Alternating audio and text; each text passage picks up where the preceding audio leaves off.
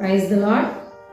ఆ ఛానల్ని వీక్షిస్తున్నటువంటి మీకందరికీ ప్రభువైన యేసుక్రీస్తు వారి నామంలో ప్రత్యేకమైనటువంటి వందనాలు తెలియజేస్తూ ఉన్నాను. ఈ దిన ధ్యాన భాగం యాకోబు రాసిన పత్రిక 5వ అధ్యాయం 13వ వచనాన్ని చదువుకుందాం. మీలో ఎవరికైనాను శ్రమ సంభవించినా అతడు ప్రార్థన చేయవలెను. ఎవరికైనాను సంతోషము కలిగినా అతడు కీర్తనలు పాడవలెను. నా ప్రియ దేవుని బిడ్డ, నీ యొక్క జీవితంలో ఎదురవుతున్నటువంటి శ్రమను బట్టి ఒకవేళ ఈరోజు నువ్వు కృంగిపోతున్నావేమో, ఈ ఆత్మీయ జీవితంలో ఎదురవుతున్నటువంటి శ్రమను బట్టి బాధపడతా ఉన్నావా?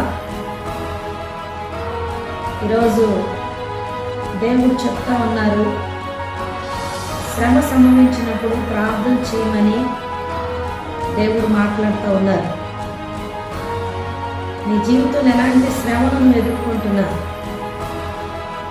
ప్రార్థన చేయి, ఎందుకంటే ప్రార్థనకు అసాధ్యమైనది ఏది లేదని దేవుడు మాట్లాడుతూ ఉన్నారు. కనుక నా ప్రియ దేవుని బిడ్డ, దేవుని వాక్యం ఏమని చెప్తుందంటే, ఈ లోకంలో మీకు శ్రమ కలుగుతుంది, అయినను ధైర్యం తెచ్చుకోండి, నేను లోకమును జయించి ఉన్నాను అని యేసయ్య చెప్తున్నారు.